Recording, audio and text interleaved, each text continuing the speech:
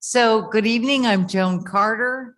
I am chair of the Union League Legacy Foundation, and I am happy to introduce our program for this evening. It is the world premiere of the three-part mini documentary film, America and the Struggle for Freedom. So a little bit about the Legacy Foundation. Most of you know it, but I'm going to repeat it.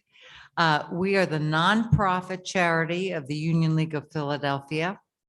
Our mission is to create more engaged, better educated citizen leaders, leaders who share our values, which are stated in the first line of the bylaws of the Union League, which is every member shall support the Constitution and the free enterprise system.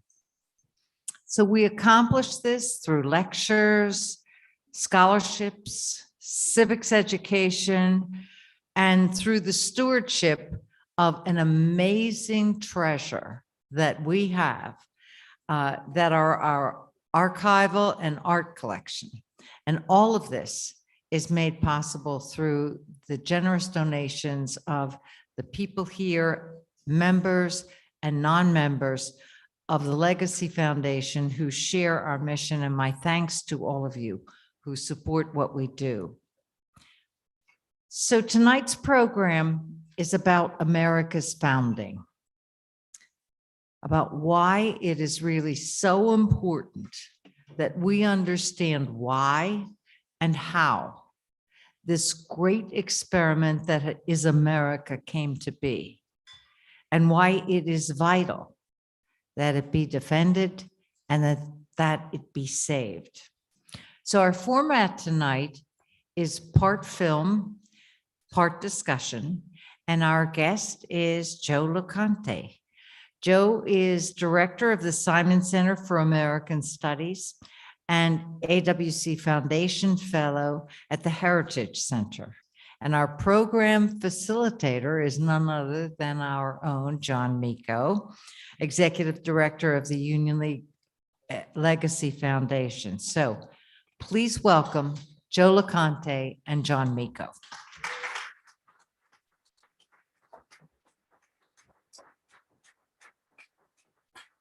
Thank you, Joan. Welcome, Joe. Thank you for having me. Thank you, everybody, for coming tonight.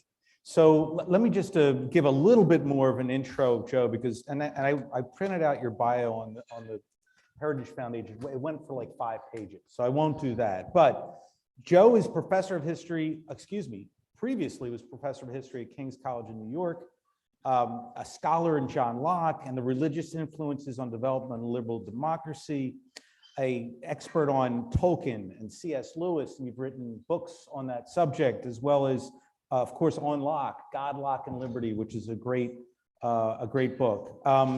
Written for just about every newspaper I can think that would put up with your crazy views about, John Locke and liberty and those kinds of things. But among others, New York Times, the Wall Street Journal, Washington Post, and have been doing a lot of great writing recently in National Review, which I've enjoyed. Thank you, sir.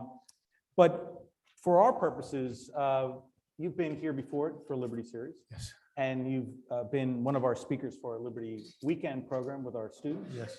And has been a great friend of the Legacy Foundation and Union League. Welcome, Joe Loconte. It's great to be here with you. Thank you, John. Real pleasure. Real pleasure. It's my privilege. So just in terms of the format of this program, the film's in 3 parts. Yep. So we'll talk a little bit about each of them in between. And then we'll have Q&A at the end of the program. I'll ask all of our questions to be into the mic because we are on Zoom and we can't hear it without that. And also, as you know, the question should be a question. 3 or 4 sentences with that question mark at the end of it. We would appreciate that greatly. So, Joe, tell me, why did you do this film? What's the purpose of this film? Well, the line that keeps coming back into my mind is from George Orwell: "He who controls the past controls the future." He who controls the past controls the future. And the way in which our past, our great history, our great cultural inheritance, the way it's being demeaned in so many places in order to serve a radical agenda, I thought we've got to stand in the gap. We've got to do a better job of passing on this great inheritance and freedom that we have to the next generation. And we've got to do it in new, creative ways. That was the big point. All right, so let's get right into the first part then. Great. Okay, roll the film.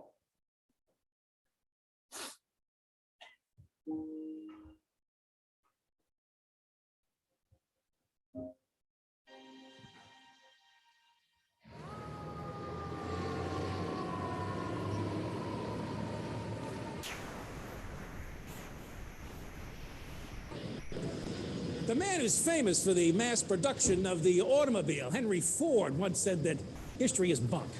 It's bunk, he said. It doesn't matter. What matters is the here and now. Well, Henry Ford was a pretty good inventor, but he was a lousy philosopher. Of course, history matters, but why? The Roman historian Titus Livius, writing about 2,000 years ago, he had a pretty good answer to that question. The study of history is the best medicine for a sick mind. For in history, you have record of the infinite variety of human experience plainly set out for all to see. And in that record, you can find for yourself and your country both examples and warnings. Fine things to take as models, base things rotten through and through to avoid. Maybe our old Roman friend was onto something. The study of history is the best medicine for a sick mind. And there are a lot of unhappy people running around today, not just here in New York, but everywhere. People who could benefit from a good dose of history to help set them straight. We study the past, we study the history of our own civilization so that this record could speak its truths and its warnings and its lessons into our present reality to get a sense of perspective. Why does history matter? Because future leaders need to understand the past.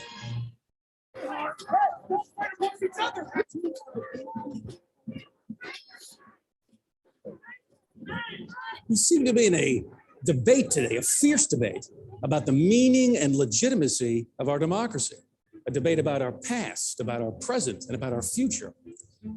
So let's go on a little journey together. Let's try to understand the story of America's bold experiment in human freedom. Let's learn about how American ideas about liberty and equality have been worked out at home and on the world stage. Because for all of our problems and difficulties and contradictions, the United States remains the indispensable nation. For millions of people around the world, America is still the land of hope. We have to remember that the United States did not emerge from a vacuum. We owe a tremendous debt to the thinkers, the writers, the artists, the inventors who came before us, the trailblazers who built and sustained Western civilization through the centuries. Go back to ancient Greece. The year is 399 BC. We're in a courtroom in Athens, and a 70-year-old man is on trial for his life. The accused is a war hero, a philosopher. He has dominated the intellectual life of Athens for decades. His name is Socrates. Socrates is accused of insulting the gods and corrupting the youth of Athens. Well, how is he corrupting the youth of Athens? He's teaching them to think on their own. That's why he's on trial. That's why the leaders of Athens, the establishment, want to shut him up. Well, he knows full well that if he's found guilty, he'll probably be sentenced to death. But Socrates doesn't give an inch. A good man who is good for anything ought not to calculate the chance of living or dying. He ought only to consider whether in doing anything he is doing right or wrong, acting the part of a good man or of a bad. So the jury there at Athens, they debate and deliberate, and they find Socrates guilty. He's given a choice: permanent exile or death by poison. Now, if you're in Socrates' shoes, what would you do? Honestly, what would you do? Socrates chooses death. He drinks the hemlock. So what's the enduring legacy of Socrates? His legacy is his willingness to die for an idea. What idea? The freedom to speak your mind in the pursuit of truth. The freedom of conscience. This is one of the engines of change in the history of the world, and it's being pioneered by thinkers in the West. while being ignored by virtually every other person in the ancient world. You know, the American founders, Madison, Jefferson, Hamilton, Washington, they knew this history. When they hammered out the Constitution in Philadelphia back in 1787, they made sure it included a Bill of Rights. They wanted special protections for the rights of conscience, freedom of religion, freedom of speech, freedom of the press, the right to assemble, the right to protest. We used to know this history. We used to honor the men and women who made it possible. But many people today, they either don't know this story and our achievement, or they don't have the guts to stand up for it. So we've got a crisis on our hands, and the crisis is playing itself out on our streets, on our campuses, in corporate America. And all of this is making us vulnerable to the violence of the mob, to the purveyors of propaganda, to the sweet lies of the demagogue. Think back George Orwell, author of 1984. Remember those chilling lines from Orwell? He who controls the present controls the past, and he who controls the past controls the future. Think about it. He who controls the past controls the future. We can't afford to play fast and loose with our history. There's just too much at stake. Yes, we got to be honest about our failure to live up to our proclamations about justice and equality. But we can't deny the incredible achievements we've made in promoting human freedom. Ignorance of our history, friends, that's a one-way ticket to a culture of rage and resentment. It'll make us incapable of gratitude, and also it'll make us unfit for self-government. And this was an outcome that George Washington worried deeply about during the dark days of the Revolution. Unless we can return a little more to first principles and act a little more upon patriotic ground, I do not know what may be the issue of the contest. Yes, that's what we need, a return to first principles, the renewal of a healthy patriotism. But that's not going to happen if we're ignorant of our history and our great cultural inheritance and democratic freedom. Future leaders need to understand the past. Yes, we failed to live up to our highest ideals. But you know, we Americans, we never stop trying to close the gap and to bring about a more just society. Our civilization, like no civilization, we always produce those individuals, the writers and the rebels, the prophets and the patriots, the men and women who hear the voice of conscience and obey it. We will be free one day. You don't have to be an historian to appreciate the incredible achievements we've made in producing a more democratic, prosperous, and welcoming society. This will be the day when all of God's children. But these achievements have to be remembered. Otherwise, they can't be defended. And they need defending. Our civilization needs defending. Because we face a crisis of courage, and the United States is in the center of the storm. The founders believed that the sacred fire of liberty, flickering through the centuries, had been entrusted into the hands of the American people. We do seem to bear a special responsibility to make sure that the torch of freedom does not go out on our watch.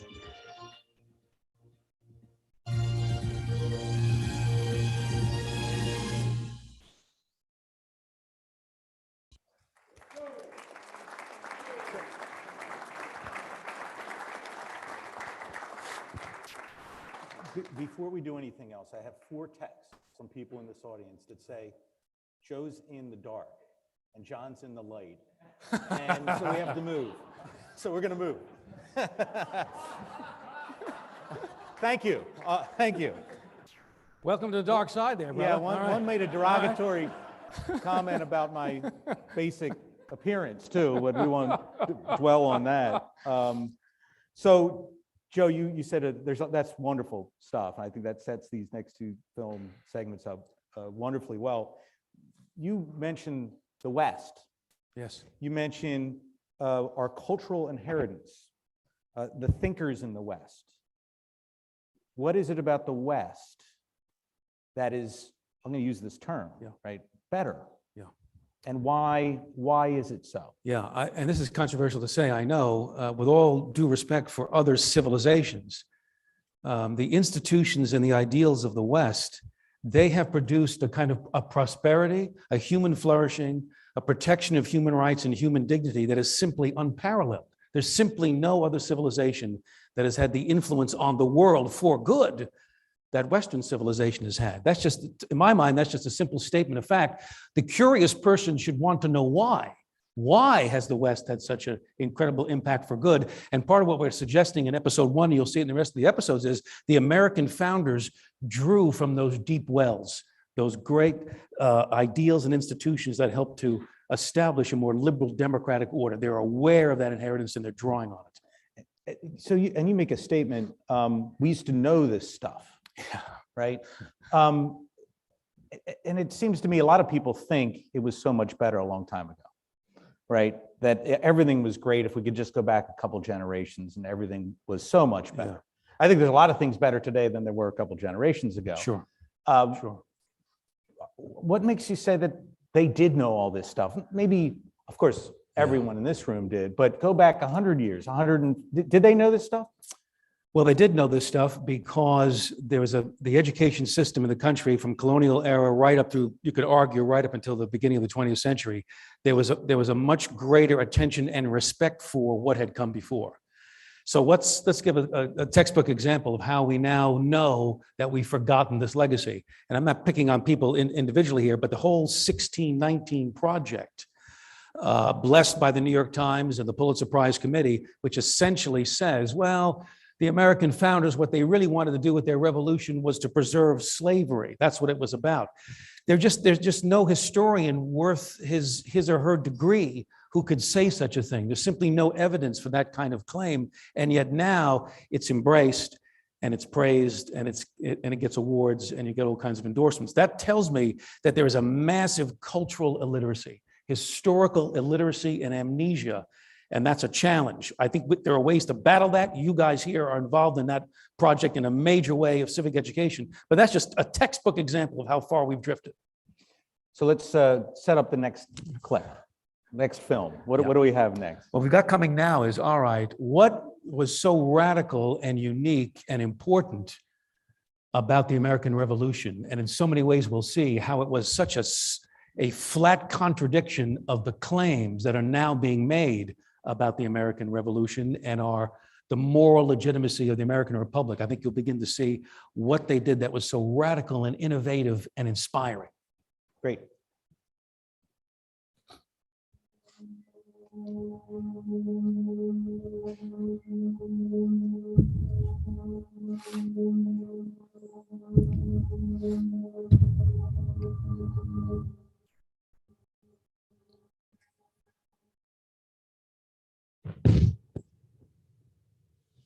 Imagine a group of revolutionaries tired of tyranny, hungry for liberty, and ready to throw off the chains of political oppression. They are prepared to risk everything for freedom. They want an end to the monarchy. They want a republic, a democratic form of government based on we the people. So they launch this revolution for human freedom, and to the amazement of the world, they're successful. They overthrow the old regime. They defeat the king and his army, and they write a new constitution.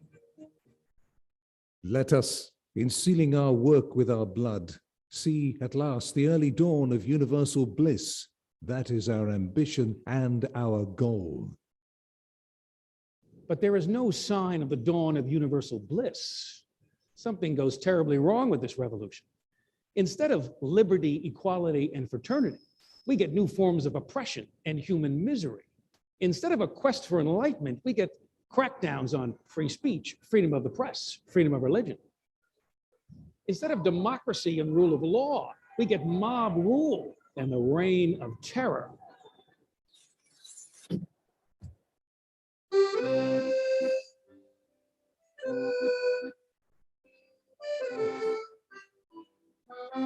I'm talking, of course, about the French Revolution. It began on July 14th, 1789, with the storming of the Bastille prison. Bastille Day. That's Independence Day for the French. By the way, if you're an American, July 14th, that is the best day to be dining at a French restaurant because the waiters will be very nice to you.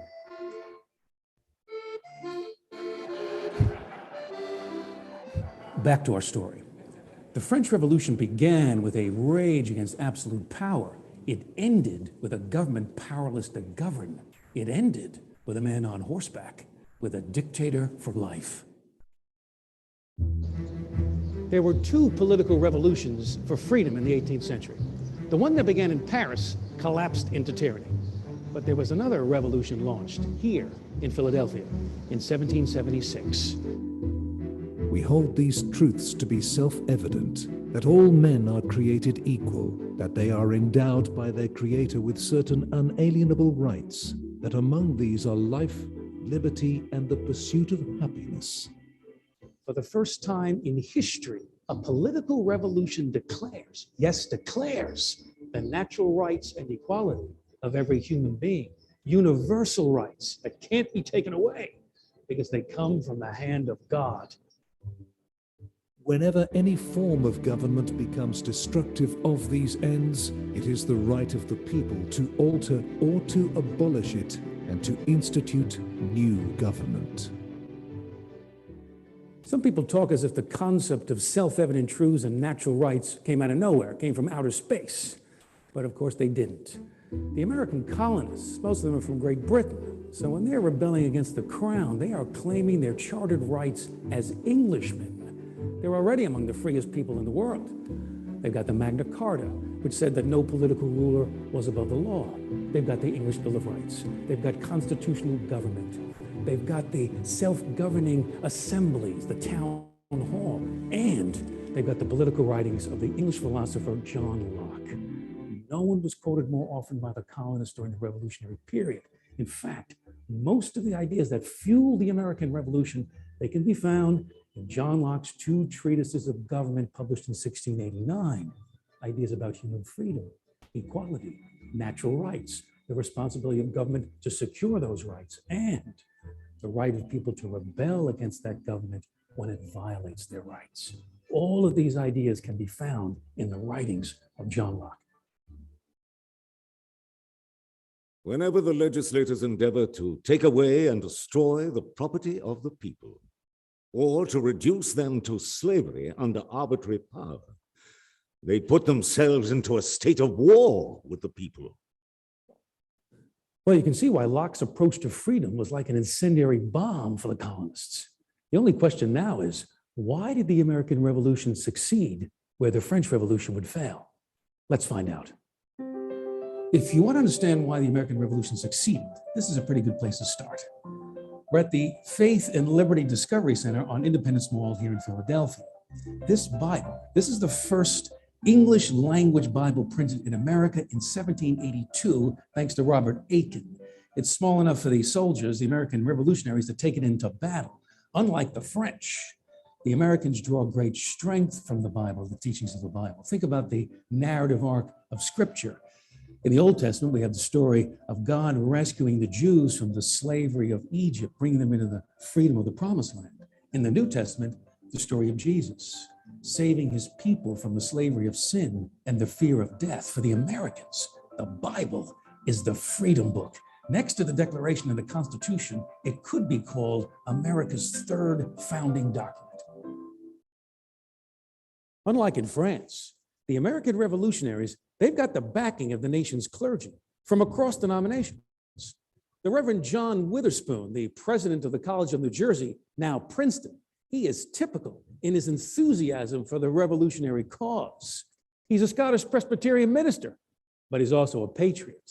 He's one of the 56 to sign the Declaration of Independence, and he personifies that powerful bond between faith and freedom that characterized the American Revolution.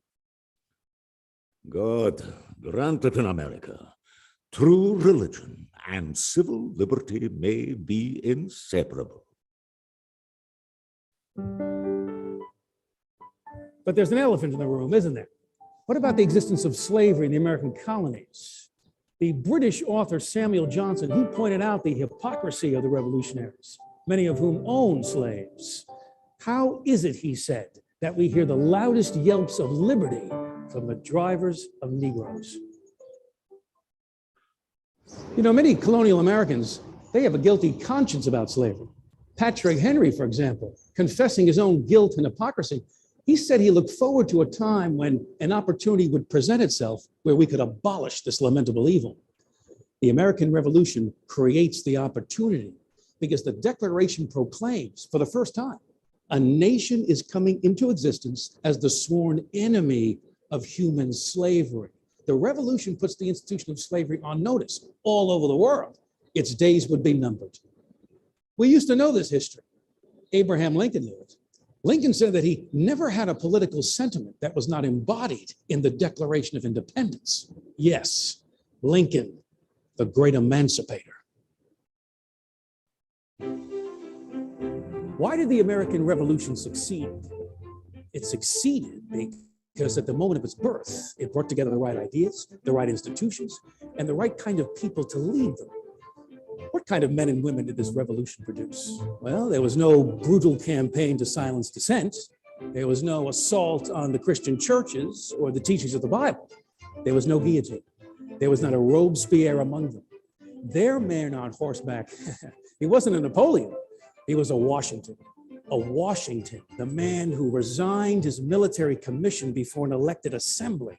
He resigned it willingly, obediently, for the sake of the Republic. What kind of men and women did this revolution produce? Listen to the words of Abigail Adams, wife of John Adams. She's writing to her son, John Quincy, during the war. She's trying to persuade her son to get on a boat, cross the Atlantic, and join his father in the fight for freedom. It is not in the still calm of life that great characters are formed. The habits of a vigorous mind are formed in contending with difficulties. Great necessities call out great virtues and form the character of the hero and the statesman.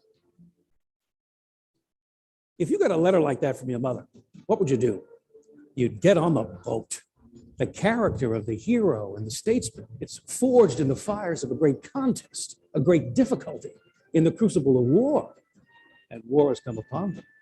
With a firm reliance on the protection of divine providence, they wrote, we mutually pledge to each other our lives, our fortunes, and our sacred honor. The greatest political revolution for human freedom in the history of the world has begun.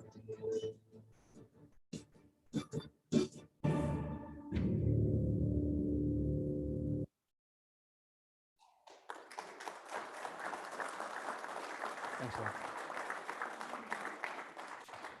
So everyone noticed the Union League in that, right? In that. By the way, that was not a Union League waiter or waitress that walked by, right? That was one of your own. That was one of our guys, yes. You know, it's interesting, Joe, you came in, was that in the summer of was that last summer? It was early part of the summer, yeah. Yeah, and Philadelphia was, Philadelphia today is vibrant compared to when you came in there. It was really kind of spooky, which speaks to a lot of what we're talking about in terms of defending these things today. But I was just remembering that as how did we have all this space in the middle of the day? There was nobody here.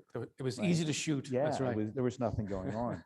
But a little bit more about the French and American Revolution. Yeah. I was struck, and we spoke about this briefly earlier, with the phrase universal bliss from the French, as opposed to pursuit of happiness. Yeah. Right. And you've got your friend Locke, the English guy that's inspiring the Americans, and you have this Rousseau who's inspiring the French, perhaps in much the same way. Talk about that difference and what practical difference it made. Yeah, I think about the Americans, life, liberty, and property was Locke's, the three great categories of rights, life, liberty, and property. Jefferson puts his own spin on that, life, liberty, and the pursuit of happiness.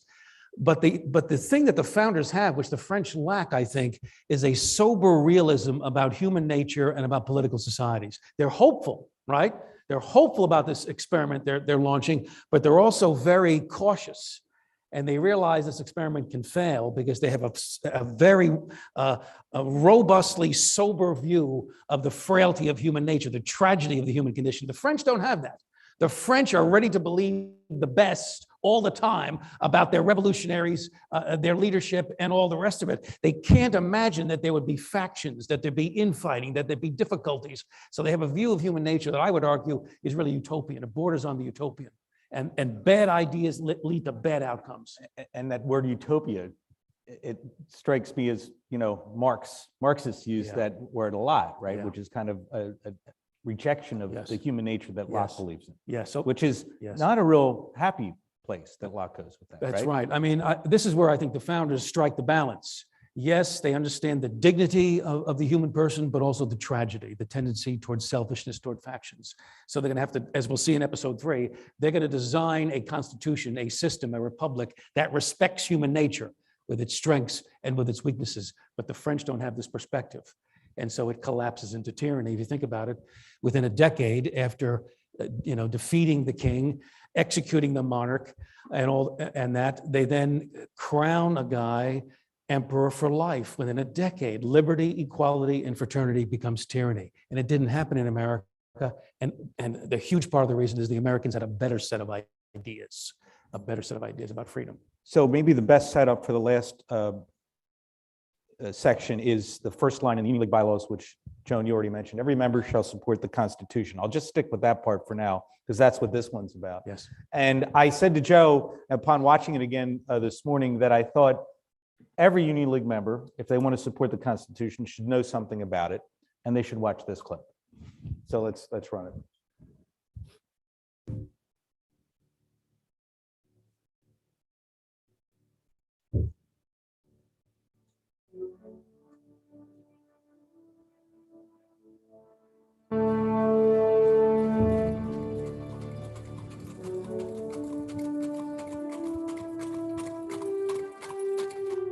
What kind of extremist proposal is this?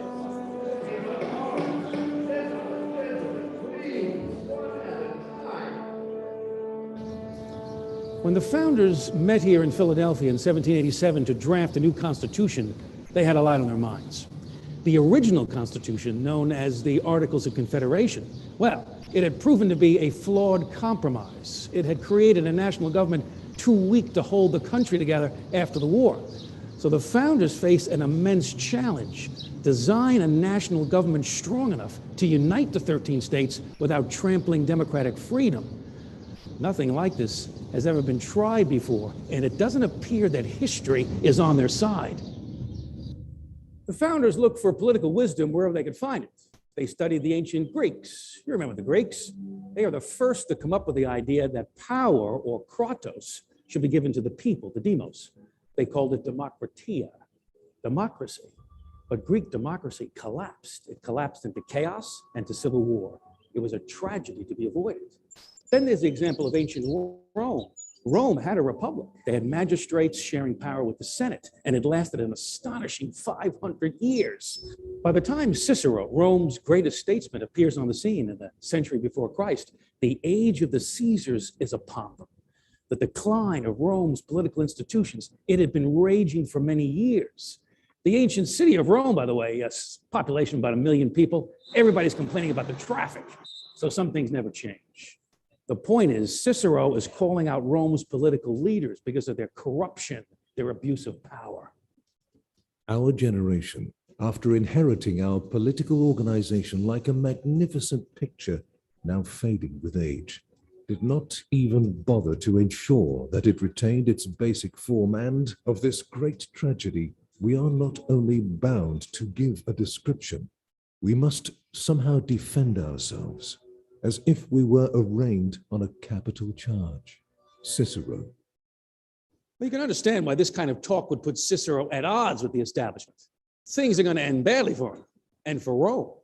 But the point is, the American founders, they know this history. They've studied it. They've learned from it. They know that the odds of success are stacked against them, but they're determined. And so the 55 delegates representing the 13 states, they meet here in Philadelphia, 1787. They're a pretty mixed bag. You got merchants, farmers, bankers, lawyers, and patriots. About a third of them had fought in the Revolutionary War. Some of them still carry the scars from the wounds that they had received in battle. So they've got skin in the game. They want a constitution that can weather the storms of ambition and division and somehow preserve order and freedom. But how? How are they going to do it? Straight is the gate, and narrow is the way that leads to liberty, and few nations, if any, have found it. John Adams. There's the incredibly explosive issue of the power of the national government. Many of the delegates, they are terrified at the prospect of creating a central government that could dominate, intimidate, or assimilate the states. So they design a federal system. That means political power is divided. It's shared between the national government and the states. But the states get preference because they're closest to the people. They hold on to their sovereignty and independence. The powers not delegated to the United States by the Constitution, nor prohibited by it to the states, are reserved to the states respectively, or to the people. The U.S. Constitution. So the Constitution's got a very clear and unambiguous message to the federal government.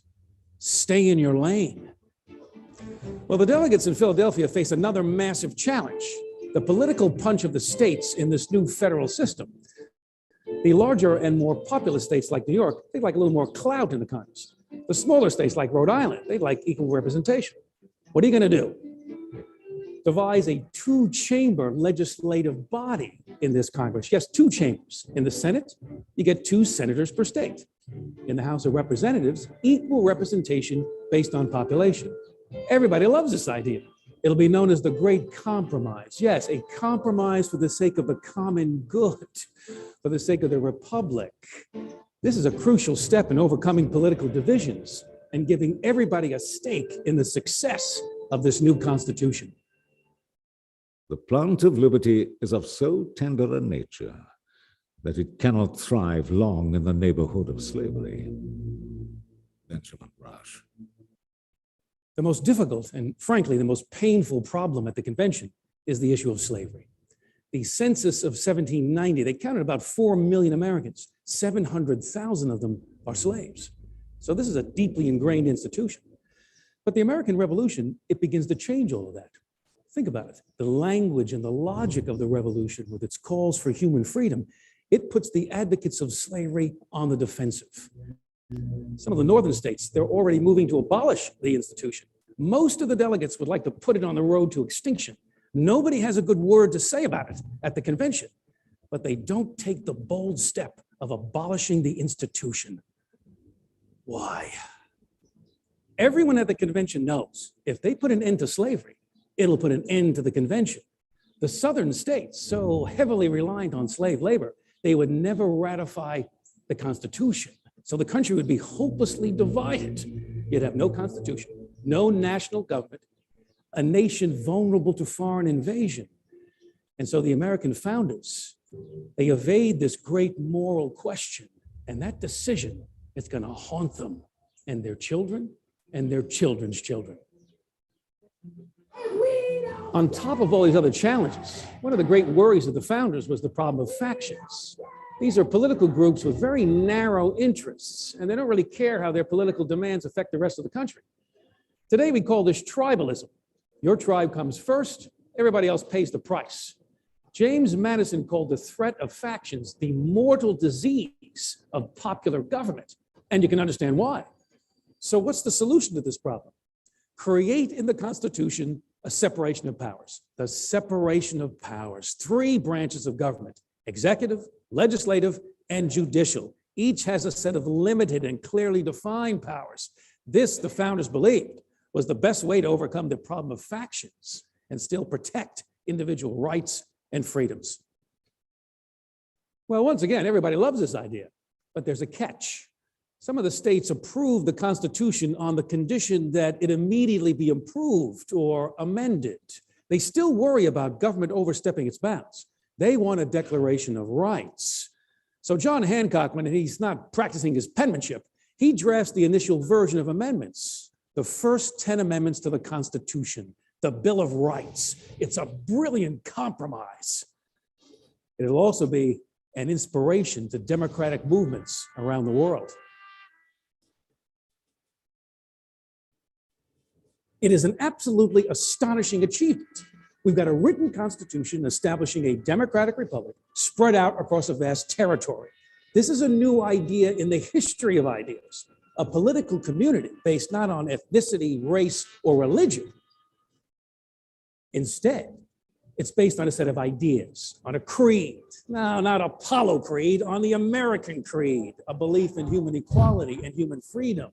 This has never been tried before. and the American founders know it.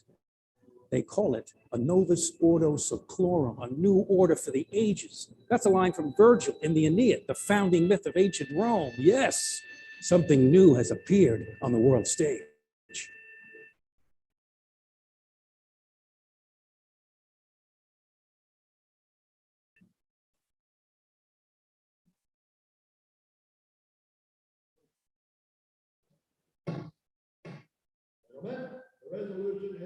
When the delegates met during that hot summer in Philadelphia, they managed to keep their proceedings secret. Nobody leaked to the press. And yet there's intense national interest in what's going on behind closed doors. On the last day of the convention, a crowd gathers. They want to know, what kind of government are we going to get? Is it going to be a democracy, a constitutional monarchy, or something else? Well, when the elder statesman Ben Franklin emerges, somebody in the crowd stops him. Mr. Franklin, what do we have? A republic, if you can keep it. And this brings us back to Cicero. Cicero's long struggle to preserve Rome's republic, it comes to an end. December 7th, 43 BC. Remember, Cicero had been a severe critic of what Rome had become, and the authorities, they've had enough. So soldiers sent by Mark Antony, they arrive at his seaside villa in Formia in Italy. As the assassins approach with swords drawn, Cicero reportedly displayed a kind of stoic defiance. There is nothing proper about what you're going to do, soldier, he says, but try to kill me properly. They cut his throat. For all practical purposes, when Cicero fell, the republic fell with him.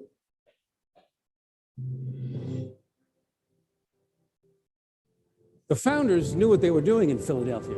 They understood the enormity of the task. They studied history in order to defy history. The Americans won their freedom with the Revolution. They secured it with the Constitution. But could they enlarge their vision of freedom, make it more generous, and preserve it over the long haul? Abraham Lincoln warned that the greatest threat to democracy came not from a foreign invader, it came from within. If the American people fail to uphold the principles of the Declaration and the Constitution. As a nation of free men, Lincoln said, we must live through time or die by suicide. The founders gave us a republic, if we can keep it.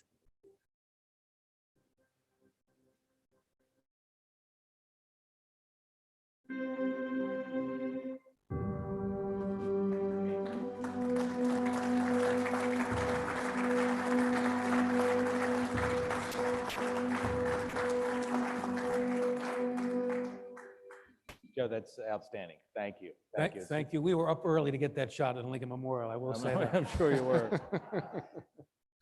So a couple more questions about the Constitution and particularly federalism. You and I talked a lot about federalism when you were up here. Stay in your lane. So we talk about the three branches of government. Everyone knows them on the federal level. Is the state separation, is that lane more important than the lanes in the federal separation of powers? You know, I'm going to have to kind of leave the ultimate judgment on that to political scientists and political philosophers. But I think the question you raise, it drives home this point that the founders were so concerned about the abuse of power that it wasn't only the separation of powers at the federal level, it also had to be this federal system of states' rights versus the federal government. Clearly delineated rights and responsibilities, enumerated powers. That's how concerned they were about the natural human inclination to abuse power, the will to power. And that sensibility was completely lacking, not only by the French of the 18th century, but many of the, if you would say, the modern version of Robespierre and the Jacobins in the French Revolution. The French Jacobin spirit, that utopian militant spirit, is alive and well, it seems to me, living in our political system, without trying to be partisan here, on a hard left progressive side, it seems to me. That's a real problem, not understanding the tendency to abuse power. So what are you going to do with this film? Where does it go from here? How do you distribute it? How do you make sure people see it? Well, thank you for that question. Thank you again for this incredible venue, guys. This is the world premiere of the film. I want to just thank John and this team over here for giving us the opportunity.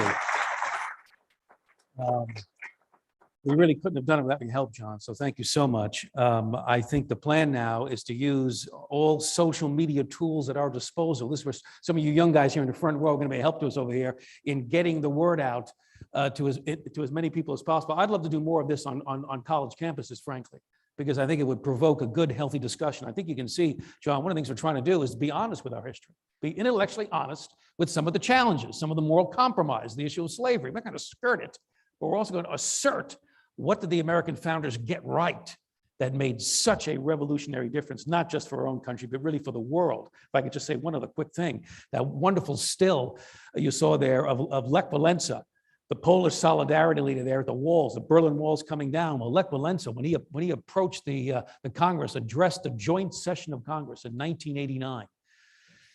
It was a golden moment. You know how he began that talk? This Democratic leader who'd been fighting communism all his life, supported by the Americans, by Ronald Reagan, Margaret Thatcher, and Pope John Paul II.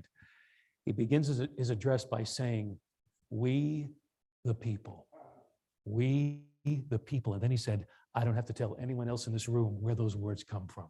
He brought the house down, right?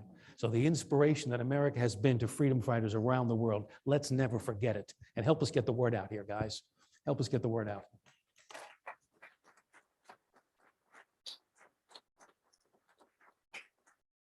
So Cicero, right? It didn't end well for him.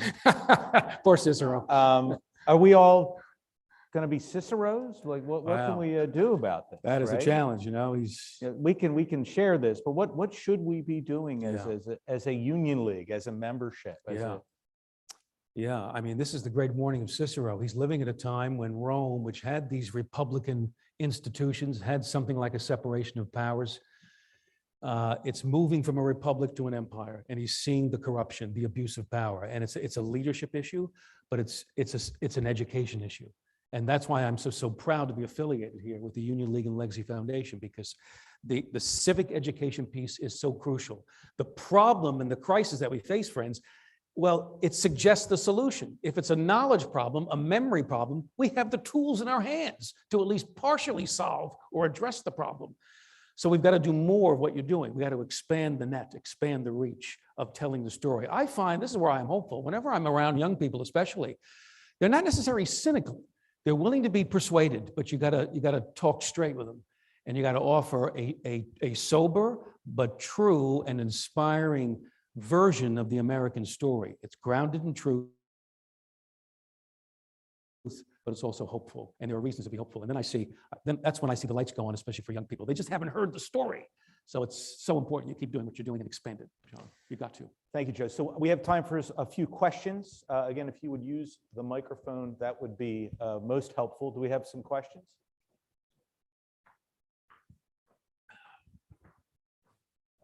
We do not have any questions. Oh, there we go. Sorry, we haven't got. Back here, Kira. Yeah. Yes, Oliver Wendell Holmes had a famous quote from one of his opinions that said, 3 generations of idiots is enough. Yes, yes. And I think we're enduring that in our teaching of history. How did we get so off track? And what do we do to reclaim the academy? Boy, can I get a yes, no question instead? No, that's a terrific question. That is a fabulous, fabulous question. It's a big one. I'm going to take a stab at it, though. I won't be too long-winded. That Oliver Wendell Holmes quote, by the way, that's the Buck versus Bell case. This is when sterilization and eugenics, the utopian dream, using the scientific community to bring about a utopian vision, has its sway in our country and, of course, elsewhere. And that's the quote, 3 generations of imbeciles is enough, forced sterilization. It shows you why bad ideas lead to bad outcomes. So where did we go wrong in all of this? It's hard to pinpoint a day, of course, but I think when you get into the 20th century and you get post-World War I, think about what the First World War did to the psychology, not just of the Europeans, but the Americans as well. It seemed like there was this carnage, close to 10 million people killed, millions more wounded, European civilization almost wrecked. For what? For what? And then you get another world war. And then all the stuff in between. Think about what happens after the First World War, the rise of ideologies, communism, fascism, eugenics, scientism, science without God. All of these ideologies really take flight after the First World War. And I think the kind of disillusionment that many people began to feel after the First World War, right up to the Second World War, disillusionment with what? Free market system, democracy, the doctrines and the ethics of religion, because it looked like the European countries, the so-called Christian nations of Europe, had been engaged in this kind of mutual suicide pact. That's how they interpreted the First World War. I think that it created a huge degree of disillusionment, doubt, and cynicism, which we are living with right up until the present time. If that's a stab at the answer. Great question. So Joe, let me jump in here, though, but it's not until recently that we have kind of everyone jumping on that bandwagon, right? Not just the academy, but every significant institution seems to be aligned against how did that everything you've just talked about. How did that happen? Yeah. That's I have, again, a stab of an answer because I'm not a sociologist, I'm just a humble historian. So I play one on TV at least. So what's happening in the 1960s with the riots on campus? Hey, hey, ho, ho, Western Civ has got to go. That's what the students are chanting. They're on the West Coast, there in California. Western Civ has got to go. We stopped teaching this great cultural inheritance in our schools. So what began as kind of a fringe thinking in the academy, hate America, it's racist, it's all a mistake. What was fringe thinking in the academy? Well, who's coming out of the academy? Who's coming out of the colleges? Teachers, public school teachers, even private school teachers. And they've imbibed all that. They're soaked in it. And so we're reaping the whirlwind. We've done away with teaching our history, Western Civ and the American story. And now, a generation later, we're reaping the whirlwind. Question right here. Well, unfortunately, my question was similar to the last question and nowhere near as eloquent. So I, as someone who's not as well versed and has not followed politics till recently because of a lot of events recently, I actually just moved back from California. That was the question I was going to ask was, I never realized how pervasive this was and the deterioration was in the schools. And that was going to be my question is, what do you do about it? Like, how long has it been going on and what do you do about it? Yeah. Which is very similar to what you just described. So kind of a repeat question. But a quick partial, another way to think about it is think about the lack of courage. It's an incredible lack of courage on the part of many, many people, a kind of civilizational lack of confidence. And it's not just happening here, it's also happening in Great Britain. I had a private luncheon with one of the British MPs who's trying to fight this stuff back there across the pond. So the lack of courage is amazing. But we do see people pushing back. And back near my neighborhood, for example, in Virginia, you have the school boards now have become these battlegrounds where parents are stepping up and saying, wait a minute, you're not going to teach my kids to hate America. That's just not going to be taught in my school. And they're taking on the school boards in Northern Virginia in ways that it would have been inconceivable just a few years ago. And it's making not just national news, but even international news. What's going on now, the battles we're having at the school board level. So now I think people are on notice. The school boards are on notice now in a way they weren't just even a year ago. That's a good thing. Question over here. Do you think that Agenda 2030 is something to be familiar with? Agenda 2030. What is Agenda 2030? I probably should know that. Can you unpack it for us? It's the World Economic Forum and their agenda for 2030. Well, we kind of know what it is right now. So 2030 can't be any better, could it? It's just going to get worse, isn't it? Look, let's talk about the free market, for example. Let's talk about what it has made possible. What the Americans understood in a way that no one has quite understood as well is the linkage between economic freedom, political freedom, religious freedom. They're all joined together. And this is one of the things that Madison actually understood early on. He's writing to one of his college pals there in Pennsylvania, where they have religious pluralism, thanks to William Penn, as you know, and they've got an economic vibrancy. Whereas in Virginia, things aren't going so well. And he sees the connection between the two. And the Americans have put that into practice in ways that no other country on earth has done to set loose this entrepreneurial spirit, human creativity, and human flourishing in a free market system. There is just nothing like it. Friends, I am absolutely well aware of the problems with corporate America and crony capitalism. No one's arguing for that. You need a market that is framed by people who have a conscience, a moral conscience and some courage. So I think we got to push back. We need a little more civilizational courage in these institutions that we've built that have lifted literally 1 billion people out of poverty in the last 30 years or so. What else has done that? We just got to tell the story. Great question. Right Thank here. you. I actually have a million questions for you, but I'll try to narrow it down. It's probably a follow-up to the last question is how would you reconcile globalism with Western civilization? How can you tell a Muslim that our Western civilization, shall I finish the sentence? It's a fabulous question. I don't think we should be bashful about telling the story of the institutions, the ideals that Western civilization has brought about. I just gave a hint of one of those here, freedom of conscience, for example. It really wasn't going on anywhere else in the world. The idea of protecting the rights of conscience, because that leads to so many other freedoms. It's the foundation for so many other freedoms. The right to assemble, the right to a free press, freedom of religion, petitioning the government. Where does it all come from? Conscience, right? Conscience. And the West is pioneering that. So I would just say to my friends who think, no, that the West has nothing to teach us, I'd say, well, how about those protesters in Hong Kong?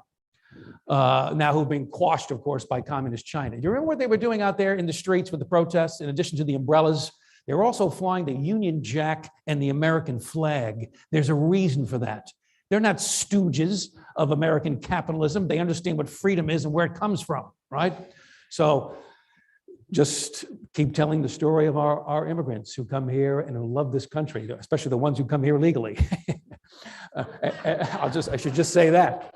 And love this country. They understand what they've come from. So I would just say, look, there's nothing imperialistic or condescending about drawing attention to the most successful, powerful, important civilization in the history of human civilizations is Western civilization. We should just say it. I'm reminded Walt Williams spoke here our very first, I think, or first year of our Liberty series, and he has a quote, he's used it, and others have used it too, but it's all men are created equal, all civilizations are not. Yeah. And I think that's Yeah. part of what you're saying, and Yes. I think that's Yes. absolutely right. And John Yes. Agliara, we have a Yeah, question. Joe, Yes. why is the aroma, the song of socialism, so easy to sell to so many? Yeah. And yet we've got the right answers Yeah. for individuals across the globe Yeah. to seek their sense of achievement, to seek their own life. Yeah. Why do we have the right answer? Those son of a, I shouldn't say it. All right, I won't. But yeah. How do we fight the war in a more prosperous way? Yeah, no, thank you, John, for that question. Well, I'm not a cultural sort of strategist, but thinking as an historian here, and why is it that certain ideologies continue to be appealing, right? They offer an easier way of life. They offer, they at some level, they seem to speak, we think, to our dreams or our aspirations, but there's so many lies embedded in the thing, isn't it? And the challenge we have is, on the one hand, we do want to speak to people's deepest aspirations for justice, right? For equality, for a fair shake, but helping them to see that, and you won't get any of those things from socialism. You just won't.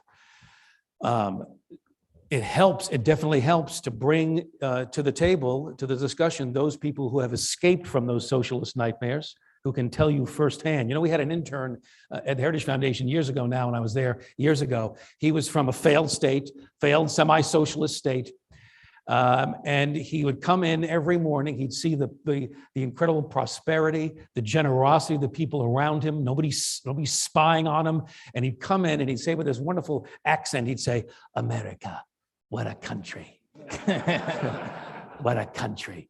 We just need more of those people who've experienced socialism firsthand, and then they come into this country, and that's going to be some of our greatest witnesses will be them. We got to find them, train them, deploy them. One part of the answer.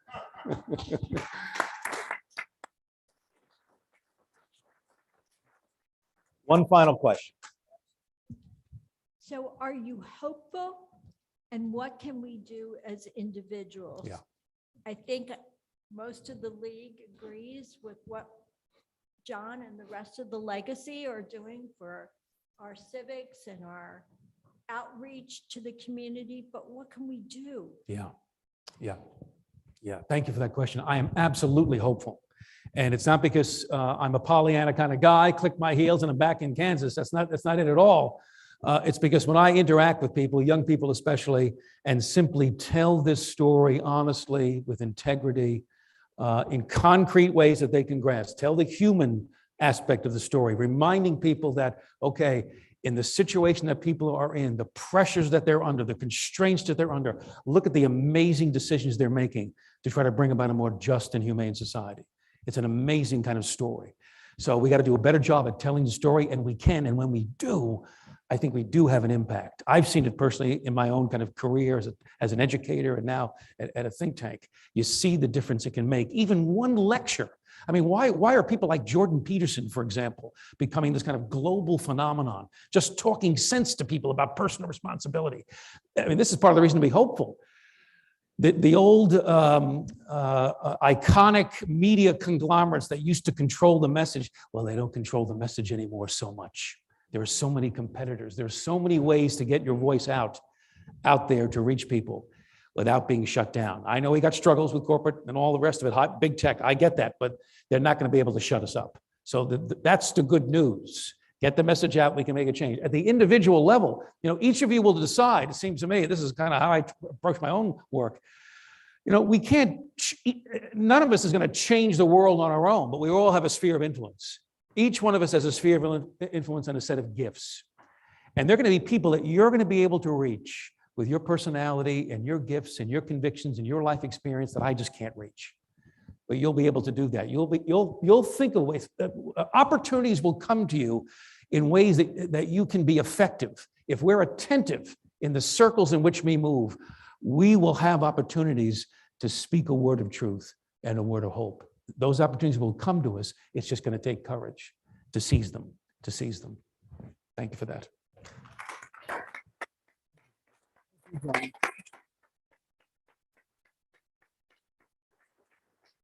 Joe, thank you for this great film. Keep up the good work. Come back to the Union League. I hope you'll be back with the Legacy Foundation soon. Absolutely. And not coincidentally, our next program is with Heather McDonald. And the title of the program is Defending Western Civilization. So, and if you don't know Heather, it's going to be interesting for sure. You're going to enjoy it. Please be here. March 22nd is our next Liberty Series. Heather McDonald, Defending Western Civilization. Thank you for all being here. Thank you, Joe. Have a great night. Thank you. Thank you. Thank you, brother. Thank you. Great fun.